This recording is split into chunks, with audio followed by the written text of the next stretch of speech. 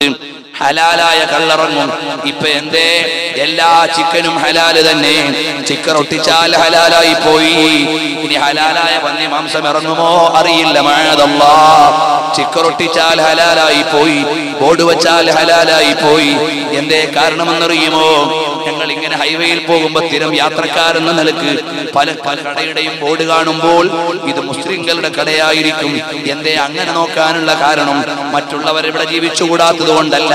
അപ്പോൾ ഇസ്ലാമിക രീതി അനുസരിച്ച് അറുത്ത ഭക്ഷണമല്ലേ കഴിച്ചുകൂടൂ എന്ന നിലക്ക് നമ്മളങ്ങനെ നല്ല നിലക്ക് അറുത്ത ഭക്ഷണം കിട്ടുമെന്ന നിലക്ക് നല്ല കടകളുടെ ബോർഡ് നോക്കി കയറുമ്പോൾ ബോർഡിൽ മാത്രമേ ബിസ്മിയുള്ളൂ, ബോർഡിൽ മാത്രമേ തവക്കുലുള്ളൂ, ബോർഡിൽ മാത്രമേ മദീനയുള്ളൂ, ബോർഡിൽ മാത്രമേ മക്കയുള്ളൂ. അകത്ത് മക്കയുമില്ല, മദീനയുമില്ല, തവക്കലുമില്ല, ബിസ്മിയുമില്ല. ഈ രീതിയിലേക്ക് കച്ചവടങ്ങളുടെ ലോകത്ത് മാറിപ്പോയി. സ്റ്റിക്കർ ഒട്ടിച്ചത് കൊണ്ട് ഹലാലാകുന്ന കാലമാണ്. അതിന്റെ പേരിൽ സമാധാനിച്ച് ഭക്ഷണം കഴിക്കുന്ന കാലമാണ്. എന്തു ചെയ്യാനാണ്? നാലുപാടുകൾ മുഴുവനും സൂക്ഷ്മതയുള്ളവർക്ക് ജീവിക്കാൻ പറ്റാത്ത കാലമായി. ചണ്ടിചവറുകളായ നമ്മൾ ഖിയാമത്ത് നാളിന്റെ അവസാനത്തെ ഇടിപ്പടക്കങ്ങളിലേക്ക് ചേരുന്നവരായി പോയി. എങ്ങനെ മുൻഗാമികളുടെ ജീവിതം വായിക്കുമ്പോ ഇവിടെ ജീവിക്കാൻ കഴിയുന്നില്ല. എത്ര വലിയ വറഇന്റെ ഉടമകളാണ്, സൂക്ഷ്മതയുടെ ഉടമകളാണ് മഹാന്മാരായ അയിമ്മത്തുകൾ എന്നറിയുമോ? അവരുടെ ജീവിതം വായിക്കുമ്പോഴേക്ക് നമുക്കിവിടെ ജീവിതമില്ല. അവര് ബുദ്ധിമാന്മാരാണ്, അവര് സ്വാലിഹീങ്ങളാണ്. കണ്ടില്ലേ ബഹുമാനപ്പെട്ട ഇബ്നുൽ മുബാറക് റളിയല്ലാഹു അൻഹു റജഅ മിൻ ഖുറാസാന ഇല ശാം. മഹാനായ ഇബ്നുൽ മുബാറക് തങ്ങൾ ഖുറാസാനിൽ നിന്ന് സിറിയയിലേക്ക് മടങ്ങിപ്പോയി. എന്തിനാണ്? അവിടുന്ന് വായ്പ വാങ്ങിയ ഒരു പേന തിരിച്ചു കൊടുക്കാനാണ്. വായ്പ വാങ്ങിയ പേന കൊണ്ടുവന്ന് മറന്നുപോയി. ഖുറാസാൻ എന്ന സ്ഥലത്ത് നിന്ന് അവിടുന്ന് സിറിയയിലേക്ക് മഹാനവറുകൾ മടങ്ങി വന്നു.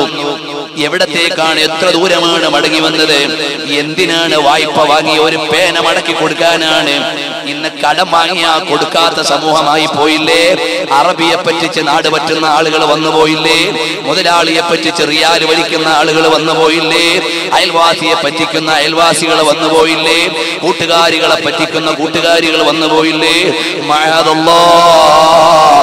ഇബ്നുൽ മുബാറക് തങ്ങളങ്ങ് മടങ്ങി വന്നുപോയി. എന്തേ? ബഹുമാനപ്പെട്ട അബൂ യസീദ് റളിയല്ലാഹു അൻഹു അവിടുന്ന് ബസ്താം എന്ന പ്രദേശത്ത് നിന്ന് ഹമദാനിലേക്ക് മടങ്ങി വന്നുപോയി. മഹാനവറുകൾ കൊണ്ടുവന്ന പൊതിയിലിരുന്ന ഉറുമ്പിനെ തിരിച്ചവരുടെ നാട്ടിലേക്ക് കൊണ്ടുവിടാനാണ്. കാരണം എന്തേ? ഞാൻ അതിനെ നാട് കടത്തിക്കളഞ്ഞത് ശരിയായില്ല.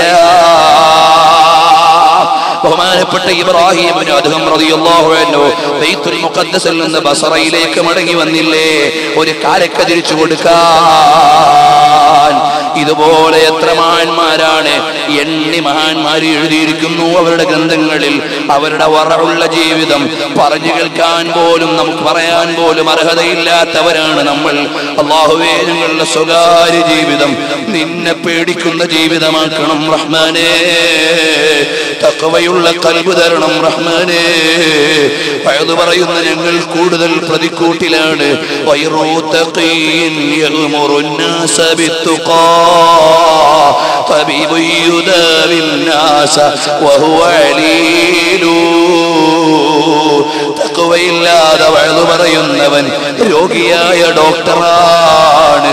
റബ്ബേ, ഞങ്ങളെ അധപ്പതിപ്പിക്കാതെ തഖ്വയുള്ള ഖൽബ് ഞങ്ങൾക്ക് നൽകണം റഹ്മാനേ. വരട്ടെ, ഞാനിപ്പോൾ സംസാരിക്കുന്നില്ല, എത്രയോ പറയാനുണ്ട്.